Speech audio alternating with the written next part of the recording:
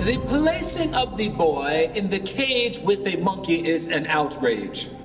The Negro race in America has a hard enough time as it is in getting away from the prejudice that is closely related to the monkey without having a member of the race placed on exhibition.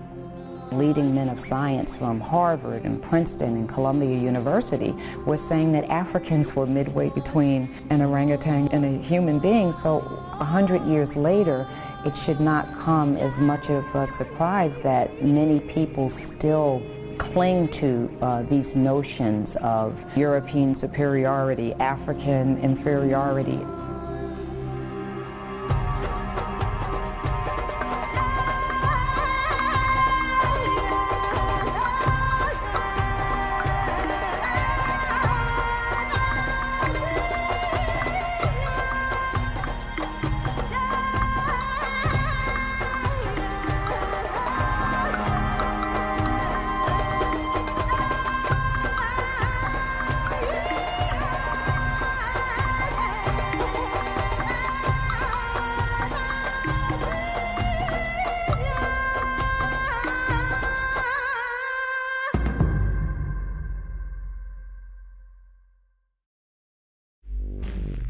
The year was 1859. 3 months after Charles Darwin published his book On the Origin of Species, American promoter P.T. Barnum unveiled a new attraction at his popular museum in New York City. It featured what was described as the What Is It, or man-monkey. Visitors were told that the creature had been captured by hunters in Africa, who discovered a race of beings roving among the trees and branches like apes and monkeys. Museum staff declared that the creature had been pronounced by scientists as a connecting link between African blacks and lower animals. In reality, Barnum's so-called man-monkey was an African-American man named William Henry Johnson. Thanks to Barnum, Johnson spent much of his life on public display as an evolutionary missing link, sometimes in a cage. Many reporters at the time were happy to promote the deception. The New York Tribune declared that Barnum's performer seemed to be a cross between an ape species and a Negro, while another paper declared, "The head is shaped like that of a monkey, but the face is more like that of an African Negro of the lower order. It has been pronounced by naturalists as a specimen of the connecting link between man and monkey." Many more supposed missing links were marketed to the public at freak shows throughout America. In the 1880s, there was Crow, promoted as living proof of Darwin's theory of the descent of man. She was described as a perfect specimen of the step between man and monkey. Actually, Crow was a young woman from Southeast Asia who suffered from hypertrichosis, a rare genetic condition that produces excessive hair. In the early 1900s, there was Congo, the ape man, usually exhibited in a cage next to a chimpanzee. Most of these early presentations of missing links were crude hoaxes put forward by hucksters, not scientists. But the quest to dramatize the lower stages of human evolution eventually reached far beyond freak shows. It ultimately involved the most elite members of the scientific community, and it was given a platform at one of the most celebrated events in early 20th century America.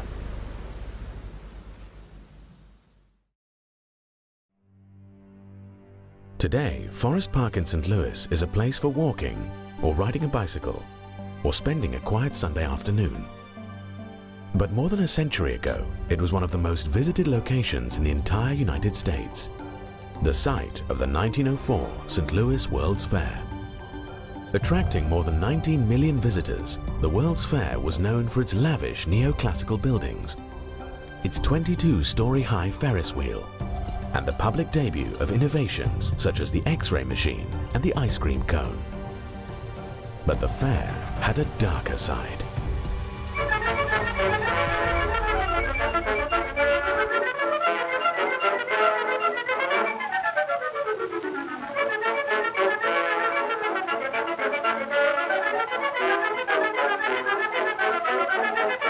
Organizers imported thousands of indigenous peoples from around the world to be put on public display in what was essentially a giant human zoo. Unlike freak shows, the Human Zoo in St. Louis was created with the cooperation of America's scientific establishment. The man behind the Human Zoo was anthropologist William McGee. One of the nation's leading scientists, McGee had already served as acting president of the American Association for the Advancement of Science. In 1903, he was asked to head the anthropology department for the World's Fair. McGee had grand plans of presenting the story of human evolution by displaying representatives of what he considered lower stages of the human race. McGee's plans reflected the ideas of mainstream anthropology of the time. Anthropology was kind of founded on this idea of mapping civilization from the highest to the lowest, right? With the lowest at that time said to be Africans, and then you sort of move up. Leading men of science from Harvard and Princeton and Columbia University were saying that Africans were midway between an orangutan and a human being.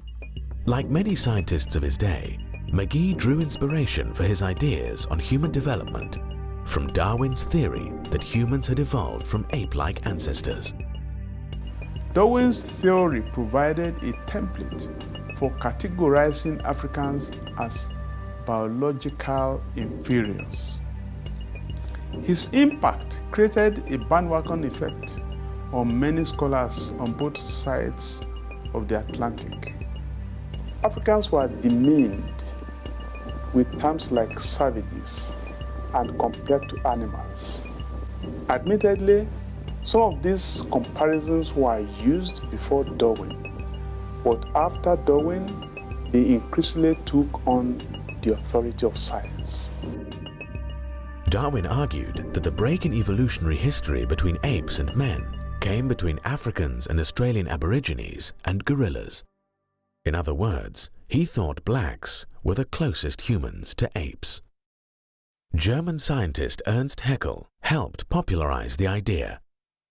Ernst Haeckel was the leading German Darwinist in the late 19th and early 20th century.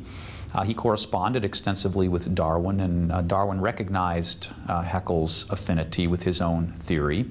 Ernst Haeckel also is known for his raving racism. And in fact, he had a graphic of the history of human evolution that, in very pointed terms, really embedded a racist view of human evolution. You had the Teutonic male on the top, the sort of the Germanic male, and then at the bottom you had some creatures that looked partly like apes, partly like Jews. He was also anti-Semitic. And in the middle, you had the transition from the ape-like creatures to the first human creatures. The ape-like creatures look pretty much like they're Africans. And the takeaway point that Ernst Haeckel had from this graph was that the difference between the highest human being and the lowest human being, the gap between the highest Teutonic male and the first human being that was just one step above the apes, was larger than the gap between the lowest human being and the highest ape. At the St. Louis World Fair, William McGee expressed a similar view, arguing that scientists had now shown the structure of the lowest humans more nearly resembles that of the highest ape-like animals than that of the highest humans. Like other scientists of the era, McGee saw primitive non-white peoples as living evidence of man's evolutionary history. The savage stands strikingly close to subhuman species in every aspect of mentality, as well as in bodily habits and bodily structure. McGee was determined to use primitive peoples at the fair to dramatize for the public the different stages of human evolution, beginning with races he considered lowest on the evolutionary scale. McGee arranged for native peoples to be put on display in villages designed to recreate their native habitats. These villages were enclosed by fences, making them truly seem like human zoos. More than 4 million fairgoers reportedly visited these anthropological displays, eagerly staring at and poking at the indigenous peoples in their enclosures. Adding to the indignities, native peoples were pressured to participate in a series of athletic contests designed to show they were biologically inferior to whites. Those on display were also subjected to experiments in a special laboratory set up by the fair's anthropology department. Directed by a psychology professor from Columbia University, the lab conducted tests to measure native people's intelligence and physical features, and even their threshold for pain. Some scientists came to the fair with more gruesome plans. Alois Hrdlicka was an anthropologist at the Smithsonian. He came to St. Louis hunting for dead bodies. Hrdlicka was obsessed with analyzing the brains of other races to gain insight into human evolution. He went on to assemble a collection of hundreds of embalmed human brains, many of them still stored by the Smithsonian. Hrdlicka extracted a promise from doctors in St. Louis to hand over the brains of any of the natives who might die while on display at the fair. Native peoples were brought to the St. Louis Exposition from the far corners of the globe. From Japan came representatives of the Ainu people. Patagonians came from South America. Igorots and Negritos came from the Philippines. Both were thought by scientists of the time to be near the bottom of the evolutionary ladder for humans. The Negritos were even marketed at the fair as another missing link between humans and apes. But perhaps the most exotic people group brought to St. Louis for public display were pygmies from the African Congo.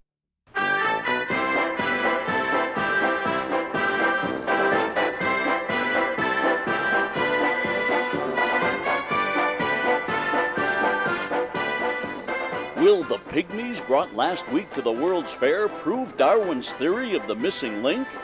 Will a study of the little black children of the African jungles shed light on the theory evolved by Darwin as regards the evolution of the human race?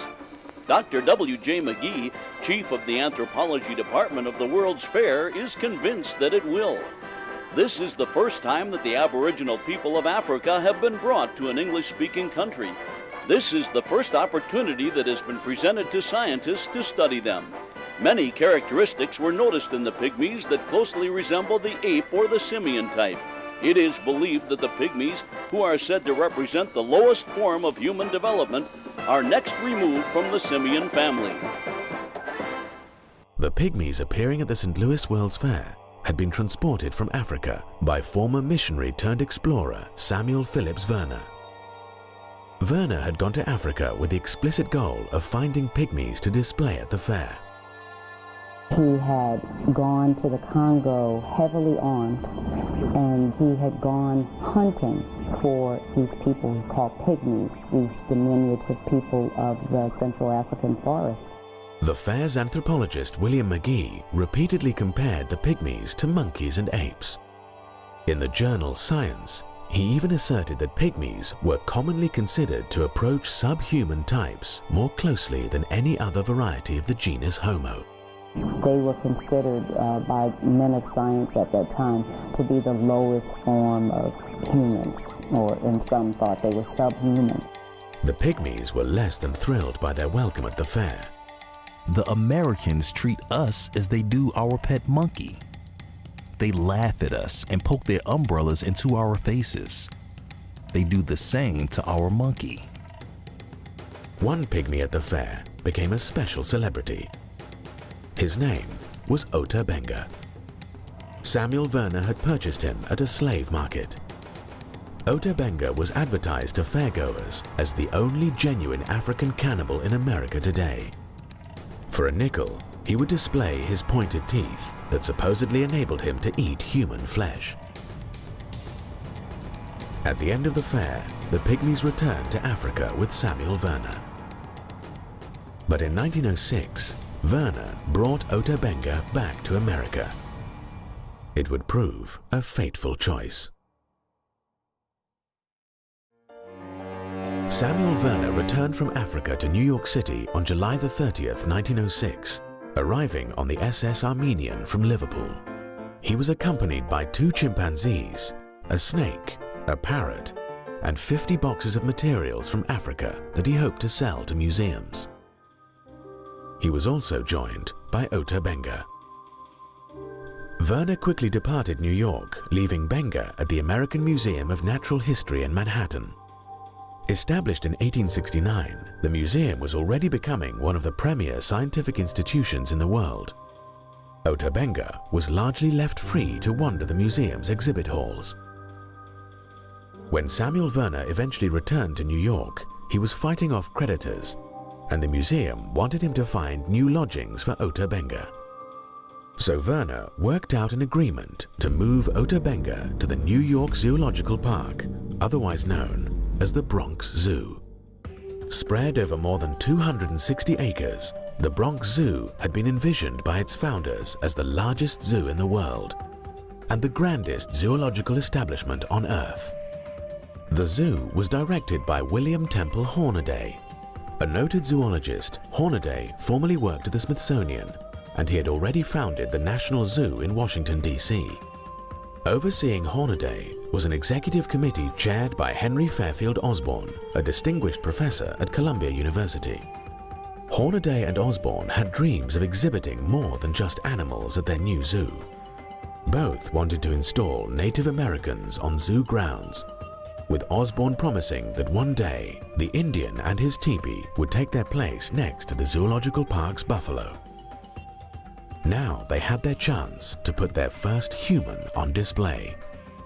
Hornaday quickly agreed to purchase one of Werner's chimpanzees and to house both the chimp and Ota Benga at the zoo. Hornaday planned to exhibit the pygmy and the chimpanzee together in a cage in the zoo's monkey house.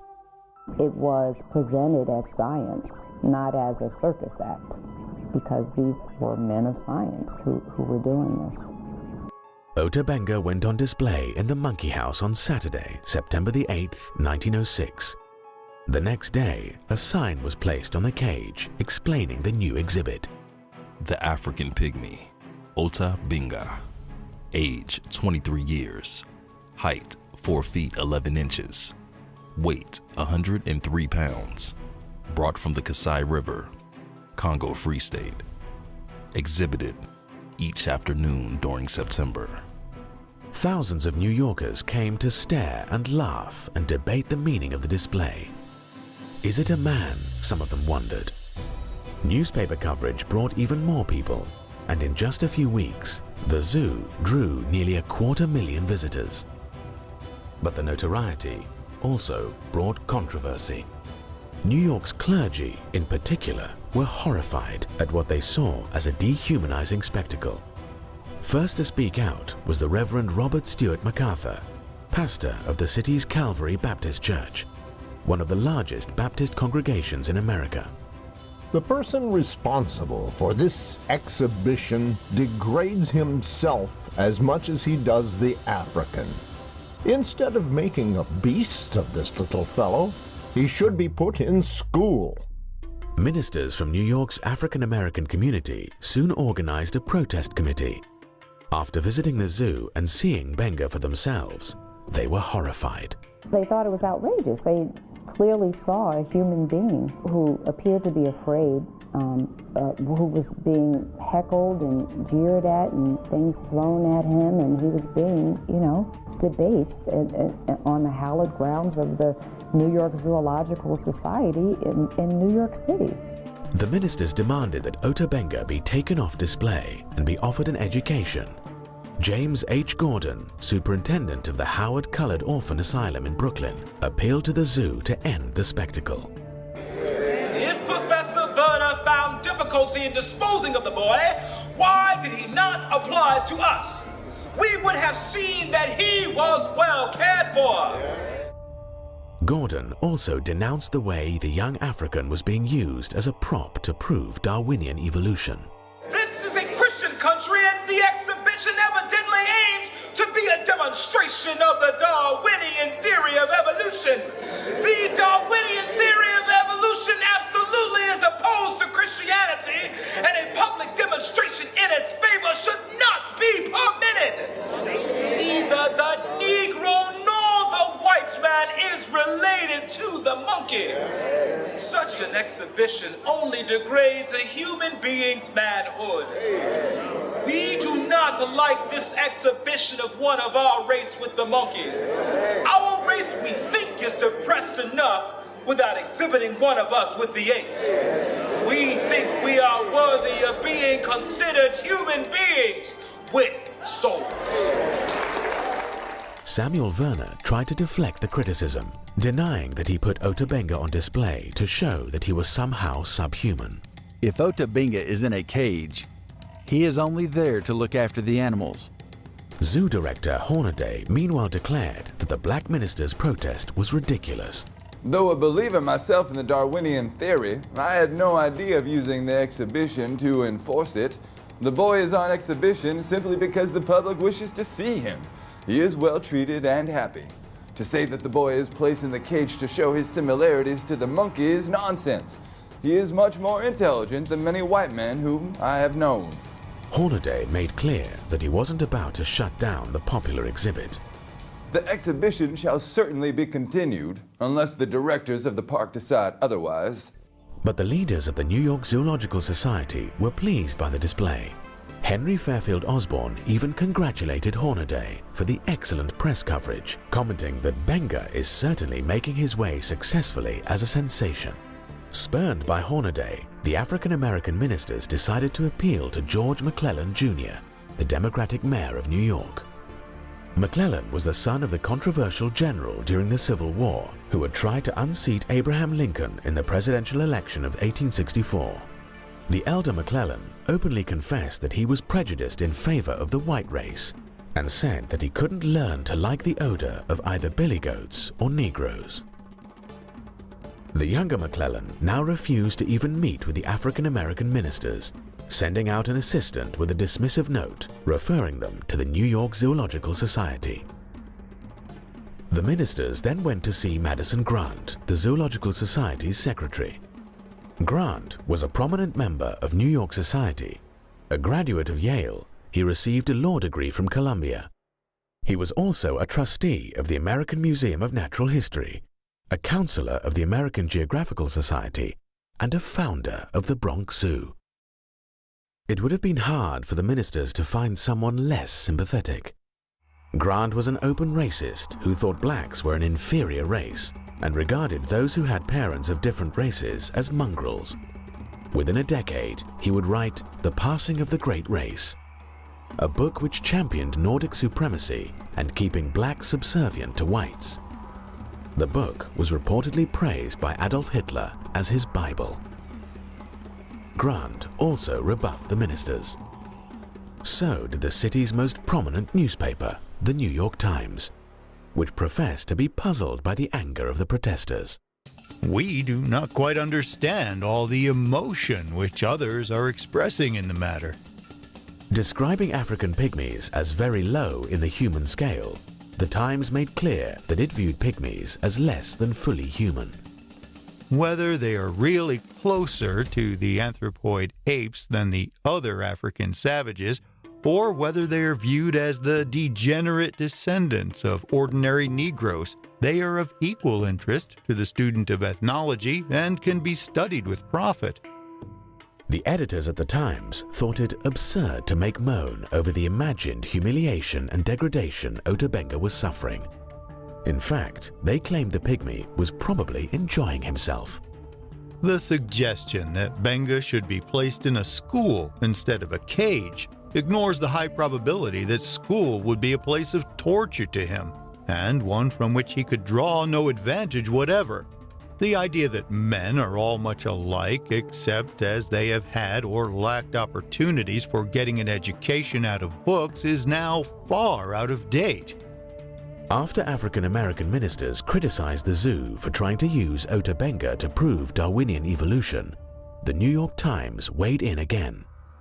The Reverend Colored Brother should be told that evolution, in one form or another, is now taught in the textbooks of all the schools, and that it is no more debatable than the multiplication table.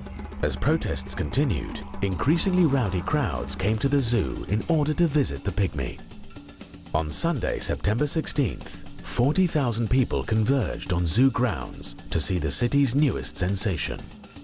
According to press reports, the mobs chased Ota Benga around the zoo all day, howling, jeering and yelling. Some of them poked him in the ribs, others tripped him. All laughed at him. Benga responded by shooting an arrow at his tormentors, after which zookeepers caught him and returned him to his cage. As both Crowds and Ota Benga became unruly, zoo director Hornaday grew increasingly defensive. He now claimed that he had decided to exhibit Ota Benga in a cage simply for convenience.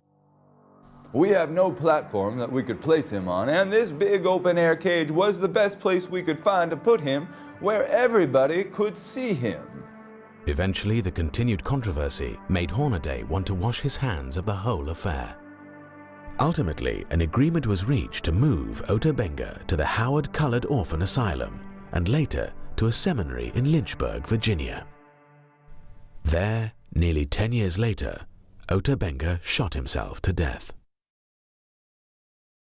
Benga had expressed a desire to return to his native Africa, but by 1916, the continent was being further ravaged by European powers as they fought World War I, so return was no longer an option.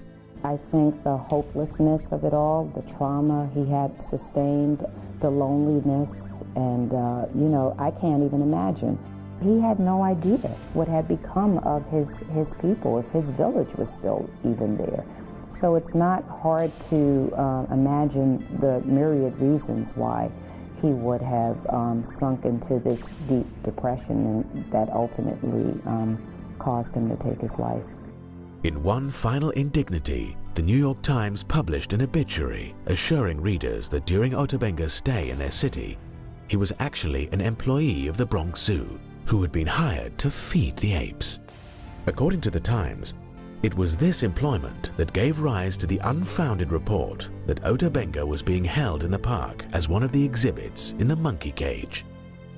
Ota Benga was largely forgotten by history until the 1990s. But the passion of social Darwinists in America for putting humans on display continued. And 15 years later, some of the same figures involved in the Ota Benga scandal would be involved in another kind of human display, one whose impact would prove even more horrifying.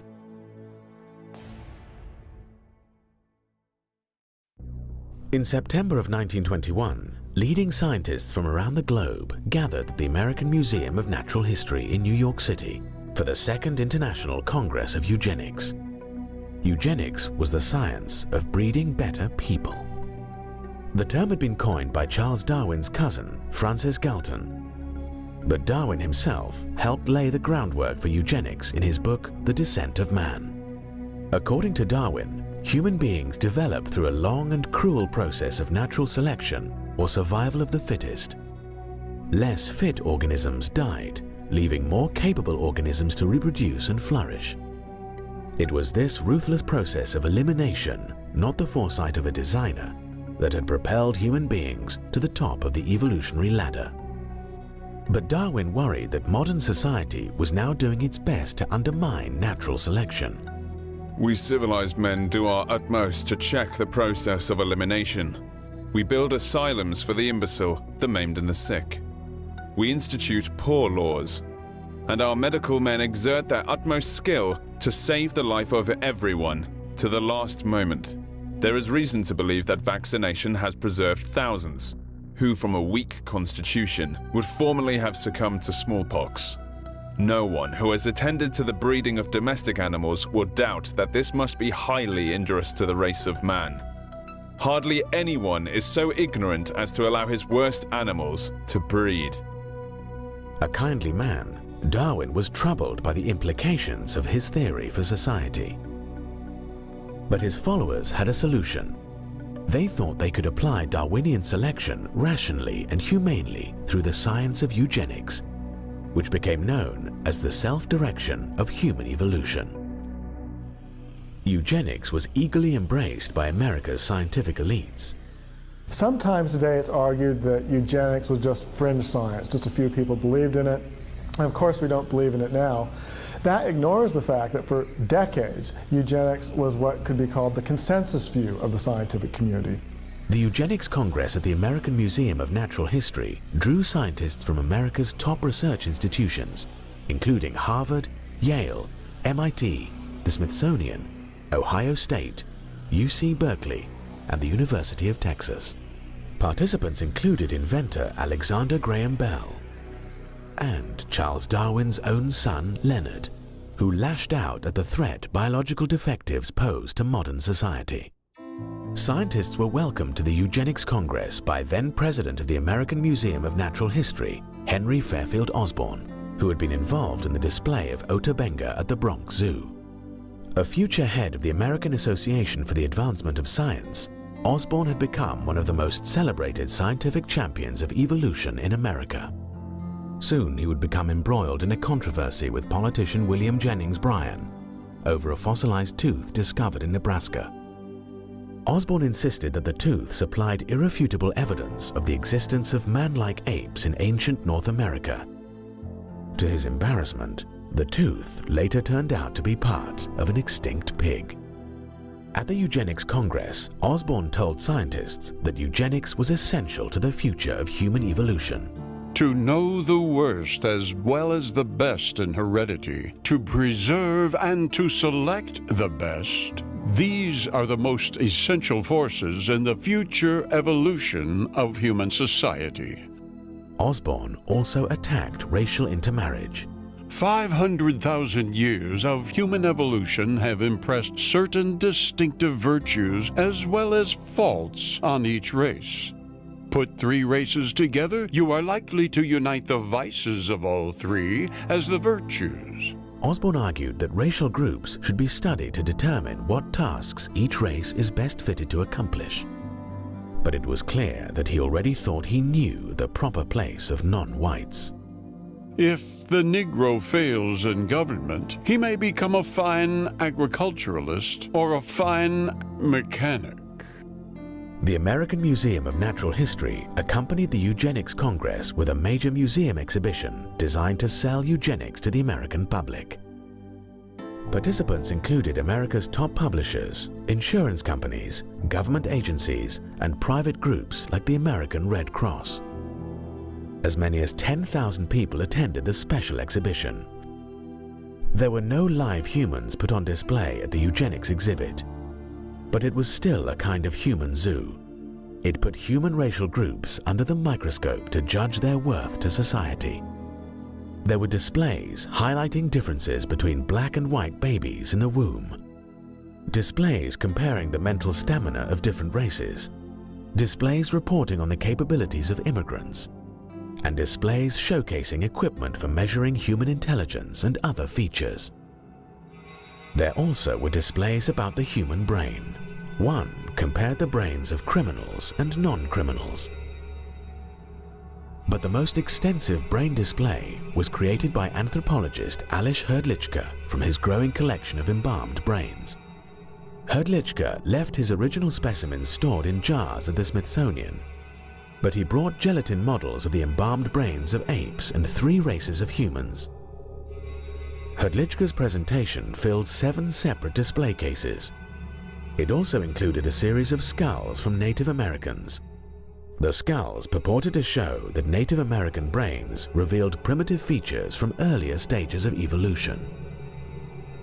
In the midst of more sophisticated displays were cruder exhibits featuring the blatantly racist books of Madison Grant and Lothrop Stoddart. Stoddart had published The Rising Tide of Color Against White World Supremacy. Stoddart claimed that whites were in danger of being overrun by the colored races of the world, and he argued that immigration from what he called lower human types had to be rigorously curtailed. Eugenists pretty universally viewed immigrants and people of non-white races as a drag on the human race. Eugenists viewed blacks and Mexicans and Hispanics as throwbacks, evolutionary throwbacks that were lower races in evolutionary terms and therefore were a drain on modern society. And they justified this in the name of Darwinian science. You know, there were racists before the eugenists. The interesting thing about the eugenists was the way that they built on top of Darwinian biology and claimed that there was a scientific justification for racism. The eugenics exhibition advocated a chilling agenda for public policy, including forced sterilization and harsh new restrictions on immigration. It also promoted a radical proposal advanced by the Eugenics Record Office, one of the eugenics groups participating in the exhibition. The proposal called for assembling biological profiles on all Americans to determine whether they were biologically fit to mate. The Eugenics Records Office was so extreme, they wanted to hold records on everyone in the United States, biological records showing their family trees, so that if you wanted to marry someone, you could write to them and they could tell you whether the person you were wanting to marry had a fit family tree in evolutionary terms, so that you could marry them, or if they had bad heredity so that you couldn't. And in fact, they had exercises and packets that were given to biology teachers around the country, that one of the exercises you were supposed to do in your biology class when you were studying evolution and then eugenics was to have kids fill out this form with their family tree of who were the black sheep of the family, what diseases they had in the family, so that these could then be sent off to the Eugenics Records Office and their vaults, and so that they could keep records on everyone. The American Museum of Natural History later called the Eugenics Congress of 1921 perhaps the most important scientific meeting ever held in the museum. A decade later, the museum was at it again, hosting the Third International Congress of Eugenics in 1932. This time, it put on an even more extensive museum exhibition for the public. At the entrance to the exhibit hall were placed the busts of two men accredited as the founding fathers of eugenics, Francis Galton and Charles Darwin. Although some scientists raised concerns about eugenics, probably the strongest opposition to the movement came from traditional religion. It's a story that Americans don't know as well as they should, and it's a story that American Christians don't know as well as they should. But at the basis of opposition to the so-called scientific eugenicist movement in the early 20th century were Christians, Protestants, Baptists, Catholics, who understood the value of every human being. That's not only a Christian value, that is fundamental to the American experiment itself. When Nebraska's legislature passed a forced sterilization bill in 1913, Governor John Morehead, a Presbyterian, vetoed it. Morehead argued that the legislation not only violated the state's Bill of Rights, it also offended a higher law. This proposed legislation seems more in keeping with the pagan age than with the teachings of Christianity. Man is more than an animal. While many modernist clergy supported eugenics, theologically conservative religious figures were much more skeptical. American evangelical William Jennings Bryan, for example, denounced eugenics as an impossible system for scientific breeding under which a few supposedly superior intellects, self-appointed, would direct the mating and the movements of the mass of mankind. But the most consistent opposition to eugenics came from Roman Catholics. In 1930, Pope Pius XI strongly condemned forced sterilization for eugenics in one of his encyclicals. The Pope criticized eugenists for asking the government to assume a power which it can never legitimately possess. The most fundamental principle of Catholic social teaching is the intrinsic dignity of every human being. In other words, people are valuable simply as creatures made in the image and likeness of God. They're not valuable merely because they have economic value or they're productive or they're smart.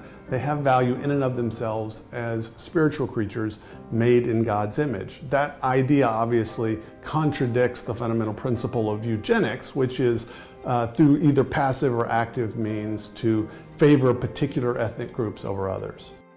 Across America, Catholic clergy actively resisted the eugenics crusade.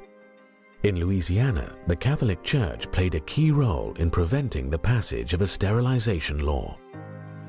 Catholic opposition to eugenics was so pronounced that some eugenics groups targeted the Catholic Church for attacks.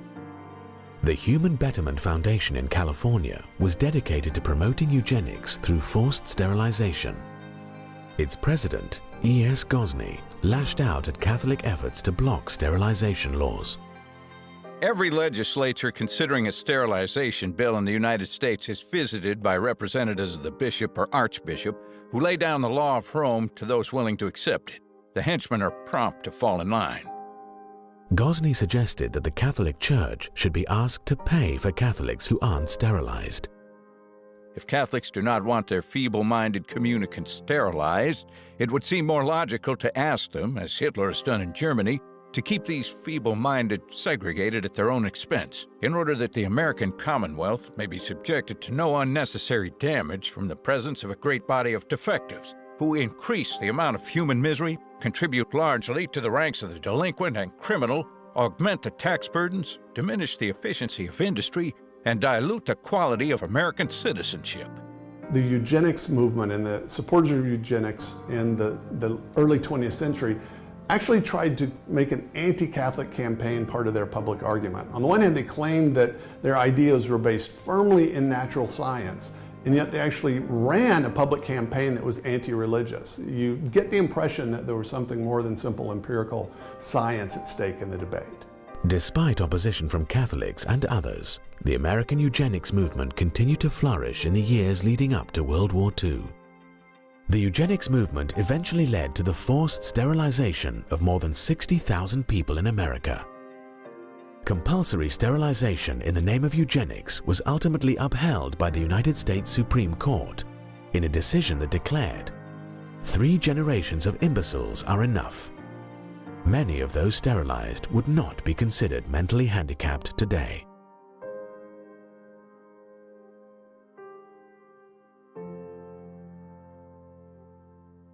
The eugenics movement also succeeded in securing the passage of a draconian immigration law that sharply restricted the flow of non-Nordic ethnic groups into the United States. While considering the legislation, the United States Congress invited testimony by a leading eugenist on the biological aspects of immigration. Starting in the 1920s in particular, there was a huge push for immigration restrictions on people who were coming from non-Germanic, non-Northern European countries, and so people coming from Mexico to the United States, or people coming from Africa or Southern European countries that had people that the eugenists viewed as evolutionarily backwards, they had to be stopped because they were going to destroy our society. But the most horrifying implementation of eugenics policies took place not in America, but in Nazi Germany. The Nazis ultimately sterilized more than 300,000 supposed hereditary defectives in the name of eugenics. They then started gassing the disabled at special medical facilities. It was in these killing centers that the Nazis began to perfect the methods they would later use to exterminate Jews. The sordid history of eugenics and the mainstream scientific community's embrace of it remains completely unknown to many Americans. So does the scientific community's involvement with social Darwinism and scientific racism, including human zoos. It's a history some people are still trying to cover up.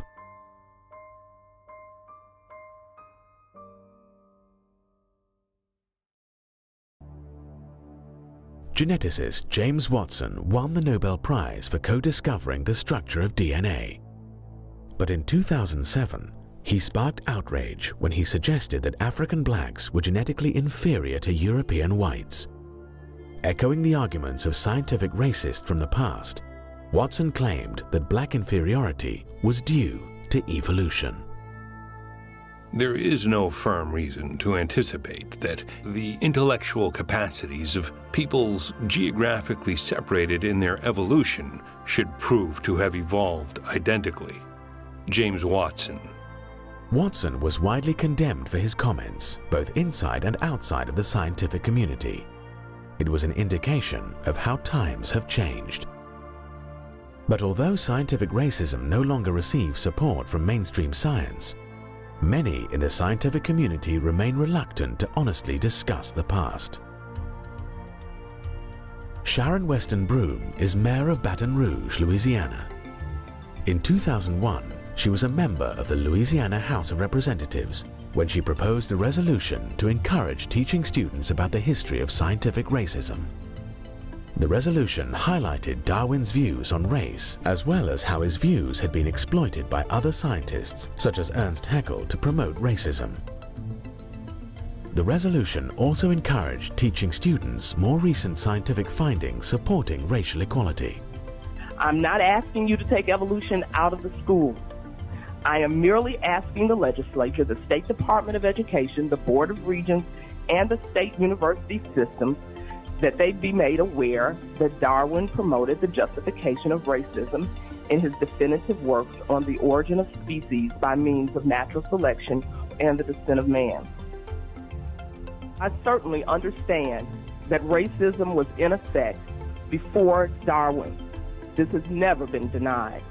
Yet he was the originator of a scientific justification for racism as well as giving wings to modern racism. Harvard University's Stephen Jay Gould wrote, quote, "Biological arguments for racism may have been common before 1859, but they increased by orders of magnitude following the acceptance of evolutionary theory." Broom's resolution provoked a firestorm, with supporters of Darwin's theory accusing her of trying to unfairly malign Charles Darwin. This resolution is not only a product of creationists, but also Christian supremacists. And Christian supremacism is a hate-based ideology, and you can't combat hatred with hatred. I never, ever have emulated any type of hate towards anyone. The resolution only passed after all references to Darwin and Haeckel were deleted. It was as if scientific racism had never happened. But Louisiana isn't the only state where the past misuse of science has been censored. In 2007, the Kansas State Board of Education rewrote a statewide curriculum standard about the history of science. The standard originally called for students to understand both the positive and negative aspects of science on society, including how science can be abused.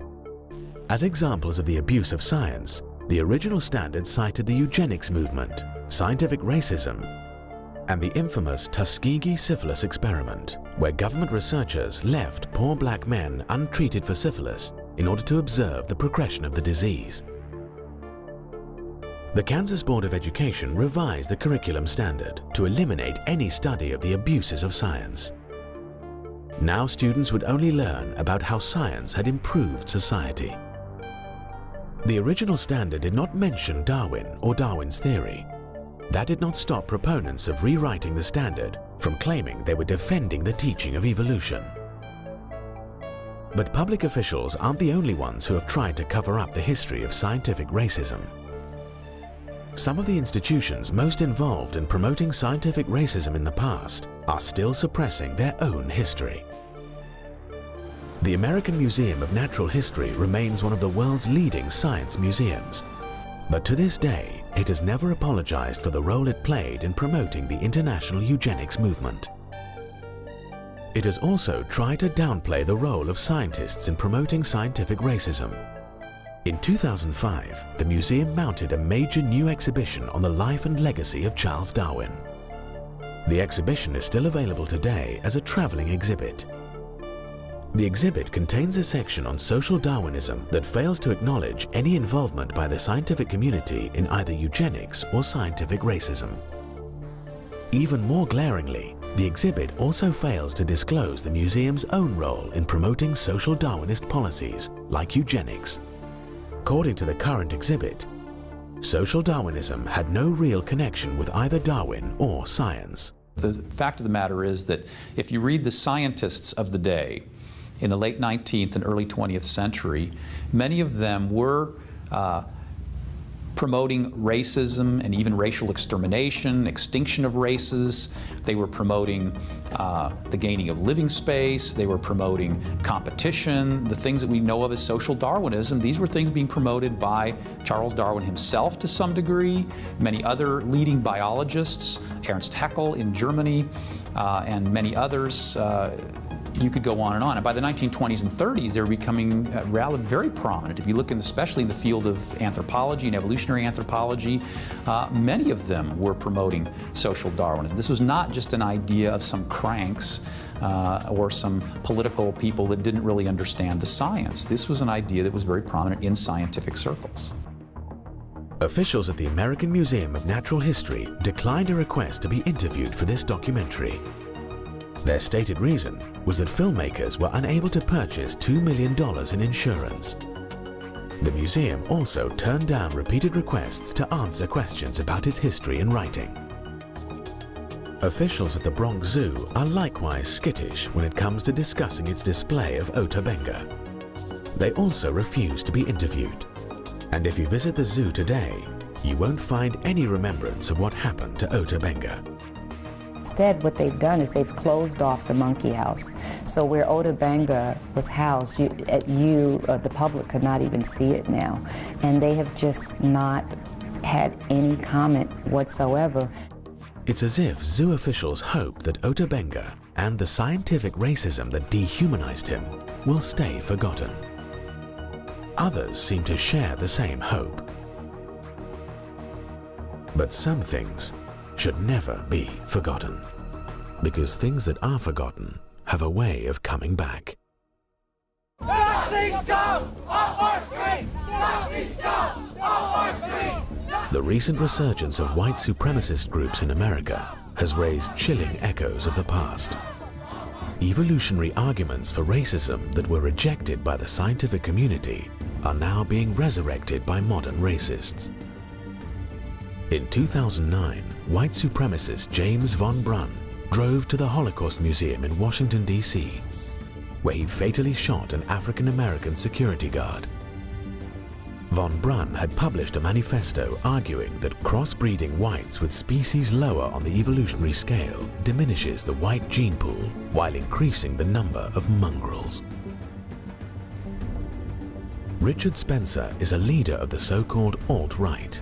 He argues that, quote, Darwinism offers a compelling and rational justification for whites to act on behalf of their ancestors and progeny and feel a shared sense of destiny with their extended kin group, unquote.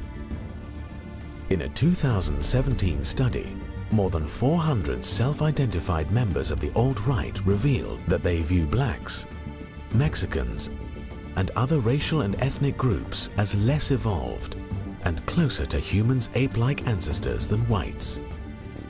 The misuse of science to promote racism is no longer just a sad relic of our history. It's also an uncomfortable part of our present. One reason we should remember the sins of the past is to help us avoid making the same mistakes again. We need to learn from the past, not cover it up.